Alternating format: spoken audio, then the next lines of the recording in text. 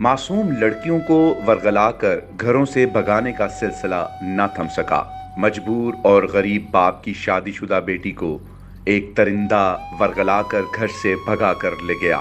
बेबस बाप अपनी बेटी को सिर्फ एक नजर देखने का मुंतजिर है। आइए जानते हैं ये सब कैसे हुआ। ਕਿ ਬੱਚੀ ਸੀ ਮੇਰੀ, ਉਹਨੂੰ ਮੁੰਡਾ ਤਾਹਿਰ ਨਾਂ ਦਾ ਮੁੰਡਾ ਹੈਗਾ, ਉਹਨੂੰ ਪ੍ਰਸਤਾਪ ਸਲੂਕ ਕੇ ਵਿਲਾ ਵਲੂ ਕੇ ਲੈ ਗਿਆ, ਕੱਢ ਕੇ ਲੈ ਗਿਆ ਅਤੇ ਪਿੰਡ ਚਲਾ ਗਿਆ। ਅਸੀਂ ਤਾਂ ਲੱਭਦੇ ਰਹੇ, ਪਿੱਛੋਂ ਦਰਖਾਸਤ ਵੀ ਦਿੱਤੀ ਥਾਣੇ ਅਤੇ ਕੋਈ ਕਾਰਵਾਈ ਨਹੀਂ ਹੋਈ, ਕੋਈ ਗੱਲ ਨਹੀਂ ਸੁਣੀ ਜੀ ਸਾਡੀ। ਇੱਕ ਹੀ ਬਸ ਮੁੰਡਾ ਫੜਿਆ ਗਿਆ, ਉਸ ਤੋਂ ਬਾਅਦ ਕੋਈ ਬੰਦਾ ਨਹੀਂ ਫੜਿਆ ਗਿਆ ਅਤੇ ਨਾ ਹੀ ਕਿਸੇ ਨੇ। ਕੋਈ ਜ਼ਾਤੀ ਦੁਸ਼ਮਣੀ ਸੀ ਤੁਹਾਡੀ ਉਹਦੇ ਨਾਲ? ਨਹੀਂ ਸਰ, ਜ਼ਾਤੀ ਦੁਸ਼ਮਣੀ ਸਾਡੀ ਨਜ਼ਰ ਆਈ ਤਾਂ ਕੋਈ ਨਹੀਂ ਆ ਰਹੀ। ਹੁਣ ਵੇਖੋ, ਉਹਨੂੰ ਕੁੜੀ ਕੱਢ ਕੇ ਲੈ ਗਿਆ, ਉਹਨੂੰ ਤਾਂ ਹੋਏਗੀ ਨਾ ਕੋਈ ਦੁਸ਼ਮਣੀ, ਤਾਂ ਹੀ ਲੈ ਗਿਆ ਸਰ ਜੀ।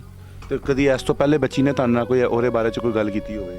ਨਹੀਂ ਸਰ, ਬੱਚੀ ਇਸ ਤੋਂ ਪਹਿਲੇ ਵਿਆਹੀ ਹੋਈ ਸੀ, ਉਹ ਆਪਣੇ ਘਰ ਰਹਿ ਰਹੀ ਸੀ ਅਤੇ ਉਹ ਆਇਆ ਇੱਥੇ, ਅਸੀਂ ਤਾਂ ਚਲੇ ਗਏ ਹਾਂ ਕੰਮ 'ਤੇ।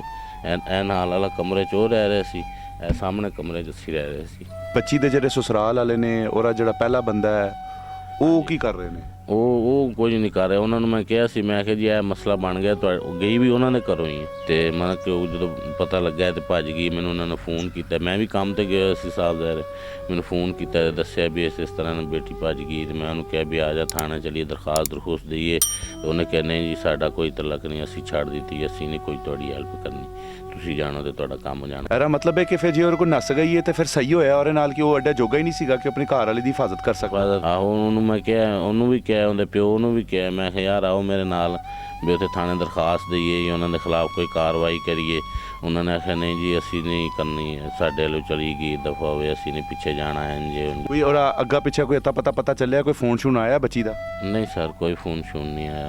ਇੱਕ ਬੰਦਾ ਫੜਾਇਆ ਸੀ, ਉਸ ਬੰਦੇ ਨੇ ਦੱਸਿਆ ਸੀ ਵੀ ਪੁਲਿਸ ਵਾਲਿਆਂ ਨੇ ਪੁੱਛਿਆ, ਦੱਸਿਆ, ਉਸ ਬੰਦੇ ਨੇ ਦੱਸਿਆ ਜੀ ਉਹ ਫਲਾਣੀ ਜਗ੍ਹਾ 'ਤੇ ਰਹਿ ਰਹੇ ਨੇ ਅਤੇ ਮੈਂ ਤੁਹਾਡੇ ਨਾਲ ਚੱਲਣਾ ਵਾ ਅਤੇ ਤੁਹਾਨੂੰ ਮਿਲਾਨਾ ਵਾ ਬੱਚੀ।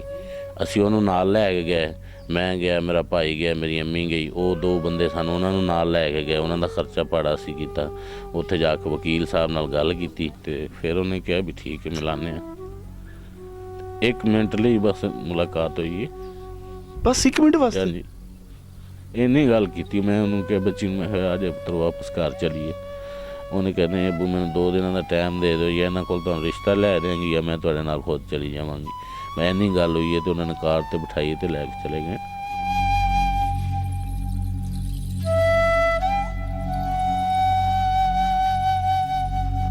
ਇਕੱਲੇ ਗਏ ਸੋ? ਮਾਂ ਵੀ ਨਾਲ ਸੀ? ਕੋਈ ਭਰਾ ਯਾਰ ਦੋਸਤ? ਹਾਂਜੀ, ਇਹ ਮੇਰਾ ਭਾਈ ਸੀ ਮੇਰੇ ਨਾਲ ਅਤੇ ਮੇਰੀ ਅੰਮੀ ਸੀ ਜੀ। ਤੋਂ ਤੁਹਾਨੂੰ ਲੱਗਦਾ ਸੀ ਸਹਿਮੀ ਹੋਈ ਹੈ, ਪਰੇਸ਼ਾਨ ਹੈ, ਤੁਹਾਨੂੰ ਪੁਕਾਰ ਰਹੀ ਹੈ ਤੇ ਬੇਬਸ ਹੋਵੇ, ਕੋਈ ਐਸੀ ਸੂਰਤ ਹਾਲ ਲੱਗਦੀ ਸੀ? ਹਾਂਜੀ ਬਿਲਕੁਲ। ਹਾਂਜੀ, ਮੇਰਾ ਤਾਂ ਜ਼ਹਨ ਇਹ ਸੀ ਕਿ 10 ਮਿੰਟ ਅਗਰ ਹੋਰ ਉਹਦੇ ਨਾਲ ਮੈਨੂੰ ਮੁਲਾਕਾਤ ਕਰਨ ਦਿੰਦੇ, ਨਾਲ ਉਹ ਬੰਦੇ ਨਾ ਹੁੰਦੇ ਅਤੇ ਉਹਨੇ ਮੁਤਮੈਨ ਹੋ ਜਾਣਾ ਸੀ, ਮੇਰੇ ਨਾਲ ਆ ਜਾਣਾ ਸੀ ਉਹਨੇ। ਜਿਹੜਾ ਮੁੰਡਾ ਹੈ ਉਹ ਤੁਹਾਡੇ ਇਸ ਇਲਾਕੇ 'ਚ ਹੀ ਰਹਿੰਦਾ ਸੀ?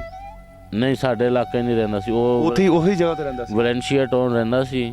ਇਹ ਜਿਹੜਾ ਮੁੰਡਾ ਸੀ ਜਿਹੜਾ ਥਾਣੇ ਬੰਦ ਕਰਾਇਆ ਨਾ, ਸਾਜਿਦ ਨਾਮ ਦਾ, ਸਾਜਿਦ ਅਲੀ, ਇਹਨੇ ਉਹਨੂੰ ਉੱਥੇ ਨੌਕਰੀ 'ਤੇ ਲਵਾਇਆ ਸੀ ਚੌਕੀਦਾਰੇ 'ਤੇ। ਇਹਨੇ ਹੀ ਉਹਨੂੰ ਪੈਸੇ ਉਧਾਰੇ ਦਿੱਤੇ ਸੀ ਜਿਸ ਦਿਨ ਇਨ ਕੇ ਭੱਜਣ ਲੱਗੇ ਨੇ। ਉੱਥੇ 2-4 ਮਹੀਨੇ ਕੰਮ ਕਰਦੇ ਰਹੇ ਨੇ ਮਲੰਸ਼ੀਆ ਟਾਊਨ। ਜਿਸ ਟਾਈਮ ਰਿਸ਼ਤਾ ਤੁਸੀਂ ਕੀਤਾ ਸੀ, ਕੋਈ ਜ਼ਬਰਦਸਤੀ ਵਿਆਹ ਕੀਤਾ ਸੀ ਇਹਦਾ ਕਿ ਉਹਦੀ ਉਹ ਰਜ਼ਾਮੰਦੀ ਹੈਗੀ ਸੀ?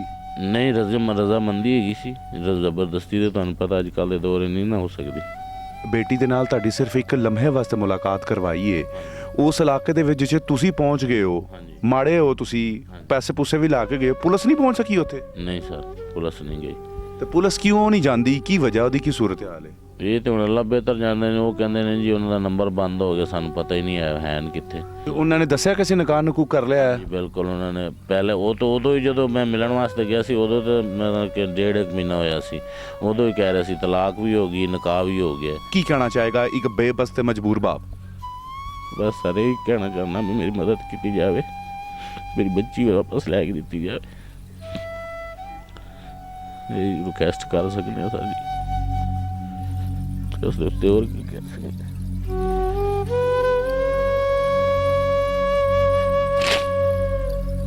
अब ये सारी सूरत हाल में अगर कुछ नहीं होता तो फिर क्या करेंगे आप?